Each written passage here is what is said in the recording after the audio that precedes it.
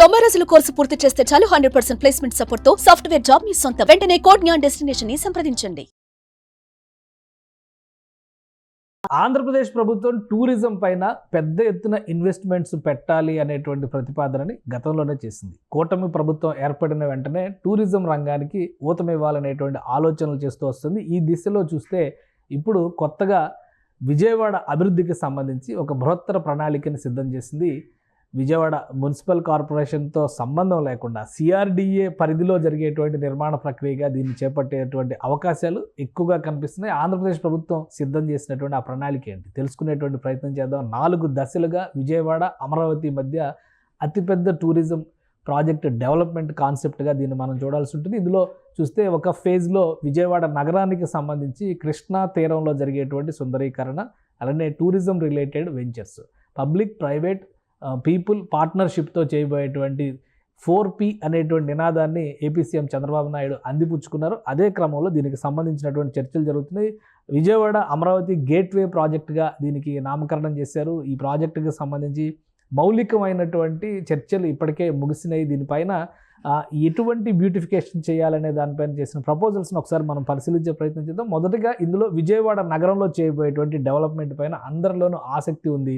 దానికి సంబంధించినటువంటి ప్రాజెక్టు నమూనా ఇది మొత్తం విజయవాడ నగరానికి ఎంటర్ అయినటువంటి ప్రతి ఒక్కరికి అర్థమయ్యేటువంటి దృశ్యం ఇది. ఎందుకంటే ఇక్కడ విజయవాడ బస్ స్టాండ్, అలానే కృష్ణా తీరం అంటే ప్రకాశం బ్యారేజ్ని దృష్టిలో పెట్టుకుని చేయబోతున్నటువంటి బృహత్తర ప్రణాళిక. ఈ ప్రణాళికలో రాబోయేటువంటి అంటే కనకదుర్గ టెంపుల్కి రాబోయేటువంటి భక్తులు అందరూ కూడా విజయవాడ నగర పరిసర ప్రాంతాల్లో ఒక టూరిజం రిక్రియేషన్ సెంటర్గా ఇది మారాల్సినటువంటి అవసరం ఉందని ప్రభుత్వం భావిస్తుంది. ఇటు పక్కన చూస్తే ఇది ఏపీఎస్ఆర్టీసీ కాంప్లెక్స్, అంటే బస్ స్టాండ్ అక్కడే ఉంది. ఇక్కడ నుంచి ప్రభుత్వ కార్యకలాపాలు, ప్రభుత్వ కార్యాలయాలు కూడా ఈ కాంప్లెక్స్ నుంచి చాలా నడుస్తున్నటువంటి పరిస్థితి ఉంది. అయితే ఇక్కడ ఈ పరిధిలో ప్రస్తుతం విజయవాడ మున్సిపల్ కార్పొరేషన్ కార్యాలయం కూడా అక్కడే ఉంది. అయితే దాన్ని తరలించాల్సినటువంటి పరిస్థితి కనిపిస్తుంది. ఇటు సైడ్ అంతా కూడా విజయవాడ నగరానికి సంబంధించినటువంటి రద్దీ ప్రదేశం, కాళేశ్వరం మార్కెట్, ఇవన్నీ కూడా కనిపిస్తాయి ఇక్కడ. సో ఇది ప్రధానమైనటువంటి కృష్ణానది నుంచి వెళ్ళేటువంటి ప్రధానమైనటువంటి కాలువ, ఇది అసలైనటువంటి కృష్ణానది. సో ఈ పరిసర ప్రాంతాలన్నింటినీ దృష్టిలో పెట్టుకొని ఒక బృహత్తరమైనటువంటి ప్రాజెక్ట్ని రాష్ట్ర ప్రభుత్వం డిజైన్ చేస్తోంది. దాని లేఅవుట్ ప్లాన్ చూస్తే కూడా ఎవరైనా ఆశ్చర్యపోతారు. ఇక్కడ ఒక భారీ 5 స్టార్ హోటల్ రాబోతుంది, భారీ కన్వెన్షన్ సెంటర్ రాబోతుంది. దానికి సంబంధించినటువంటి నమూనాలను కూడా ఇక్కడ ఐడెంటిఫై చేసి పెట్టారు. ఈ నమూనాలు నంబర్ 1, 2, 3 అని కనిపిస్తున్నటువంటి నమూనాలని చూస్తే క్లియర్గా ఈ ప్రాజెక్టుకి సంబంధించినటువంటి విశేషాలన్నీ మనం అర్థం చేసుకోవచ్చు. ఇక ఈ ప్రాజెక్టులో ఉండబోయేటువంటి ఆకర్షణలు ఒకసారి పరిశీలించేటువంటి ప్రయత్నం చేద్దాం. ఇది విజయవాడ అమరావతి గేట్వే ప్రాజెక్టు కింద నామకరణం చేశారు. దీనిలో ఏమేమి డెవలప్మెంట్ అంశాలు ఇంక్లూడ్ అయి ఉన్నాయో ఒకసారి చూద్దాం. బిజినెస్ క్లాస్ 5 స్టార్ హోటల్, అతిపెద్ద 5 స్టార్ హోటల్ ఆ లొకేషన్లో రాబోతుంది. ఇక భారీ కన్వెన్షన్ సెంటర్ రాబోతుంది. ఫ్యామిలీ ఎంటర్టైన్మెంట్ సెంటర్ టవర్, ఇది కూడా చాలా ముఖ్యమైనది. వాస్తవానికి ఏంటంటే విజయవాడ నగరంలో అంబేద్కర్ విగ్రహాన్ని 126 అడుగుల అంబేద్కర్ విగ్రహాన్ని విజయవాడ నగరం నడిబొడ్డులో పెట్టారు. గత ప్రభుత్వ హయాంలో వైఎస్ జగన్మోహన్ రెడ్డి తీసుకున్నటువంటి నిర్ణయం ఇది. వాస్తవానికి విజయవాడలో ఉన్నటువంటి అతిపెద్ద ఓపెన్ గ్రౌండ్ అక్కడ ఉన్నటువంటి పీడబ్ల్యూడీ గ్రౌండ్ మాత్రమే. ఆ గ్రౌండ్లో ఇటువంటి సిటీ సెంటర్ని డెవలప్ చేయాలనేటువంటి ఆలోచన కూటమి ప్రభుత్వం గతంలో ఉన్నటువంటి చంద్రబాబు నాయుడు ప్రభుత్వం చేసింది.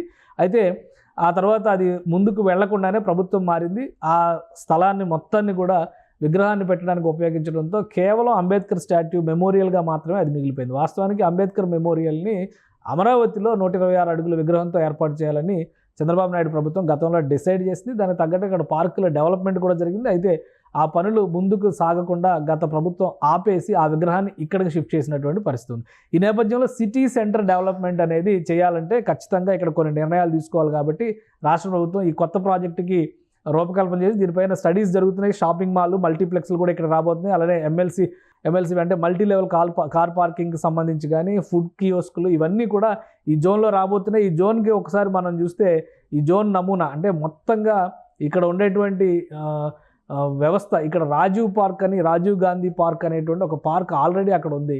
సో ఈ దాంతో సహా ఈ రెడ్ కలర్ లేఅవుట్ వేసినటువంటి ప్రదేశం మొత్తం కూడా మీరు ఒకసారి గమనిస్తే ఈ ప్రదేశం మొత్తాన్ని కూడా ప్రస్తుత ప్రభుత్వం ఇది ఒక సెంట్రల్లీ లొకేటెడ్ రిక్రియేషన్ సెంటర్ కింద డెవలప్ చేయాలనేటువంటి ఆలోచన చేస్తుంది. ఈ క్రమంలో ఇక్కడ నుంచి 2 ప్రధానమైనటువంటి నిర్ణయాలు జరగాల్సినటువంటి పరిస్థితి ఉంటుంది. కాంప్లెక్స్ అంటే మేయర్ మున్సిపల్ కార్పొరేషన్కి సంబంధించినటువంటి ఇవన్నీ కూడా ఇక్కడ ఈ ప్రదేశంలోనే ఉన్నాయి. వాటన్నిటిని కూడా తరలించాల్సి ఉంటుంది. గతంలో చంద్రబాబు నాయుడు ప్రభుత్వ హయాంలోనే ఈ మార్గం మొత్తాన్ని కూడా కనకదుర్గ ఫ్లైఓవర్ వేయడానికి కావాల్సినట్టుగా డెవలప్ చేశారు. సో అన్నిటినీ దృష్టిలో పెట్టుకొని ఈ భారీ ప్రాజెక్ట్ని డెవలప్ చేయాలనేటువంటి ఆలోచన రాష్ట్ర ప్రభుత్వం చేస్తుంది. ఇందులో 12 రిటైల్ మాల్స్ ఉంటాయి, 4 స్టార్ హోటల్ ఉంటుంది, 5 స్టార్ హోటల్ ఉంటుంది, అలానే greenery development, green belt development ఉంటుంది. ఈ ప్రదేశంలో ఉన్నటువంటి సబ్స్టేషన్ కూడా తరలించాలని, ఈ ప్రాంతంలో సబ్స్టేషన్ ఉంది, విజయవాడ నగరానికి పవర్ సప్లై చేసేటువంటి సబ్స్టేషను, దీన్ని కూడా తరలించాలనేటువంటి ఆలోచన ప్రతిపాదన ఇందులో చేశారు. ఈ ఆనుకుని ఉన్నటువంటి ప్రదేశం మొత్తం కూడా పుష్కర్ ఘాట్లు ఉన్నాయి. సో అందుకనే బ్యూటిఫికేషన్ చేస్తే వచ్చేటువంటి టూరిస్టులకి ఇటు కనకదుర్గ గుడి, ఇటుపక్క రైల్వే స్టేషన్, ఇటుపక్క బస్ స్టాండ్, ఈ జోన్ మొత్తాన్ని కూడా సెంట్రల్లీ టూరిస్ట్ స్పాట్ కింద డెవలప్ చేయడానికి అత్యంత అనువైనటువంటి ప్రదేశంగా రాష్ట్ర ప్రభుత్వం గుర్తించింది. సో దీనికి సంబంధించినటువంటి అధ్యయనాలు వరుసగా జరుగుతున్నాయి.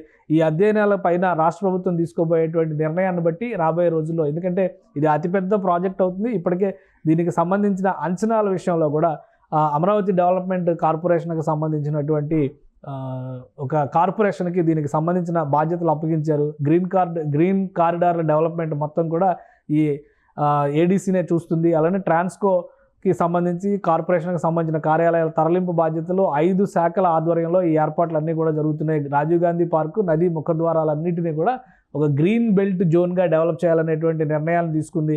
సో ప్రతి చోట కూడా అమరావతికి వెళ్ళేటువంటి వాళ్ళకి, అలానే విజయవాడ నగరంలో కనకదుర్గ గుడి దర్శనానికి వచ్చేటువంటి వాళ్ళకి కూడా ఈ ప్రాజెక్టు వీలైనంత పెద్ద విహార కేంద్రంగా మార్చడానికి అవకాశం ఉంటుంది. ఎందుకంటే విజయవాడ అంతా కూడా కమర్షియల్ సెంటర్ కాబట్టి అక్కడ రిక్రియేషన్ జోన్స్ చాలా తక్కువగా ఉన్నాయి. కృష్ణా తీరం ఉన్నప్పటికీ కూడా ఆశించిన స్థాయిలో దాన్ని ఎవరు కూడా గతంలో డెవలప్ చేయలేదు.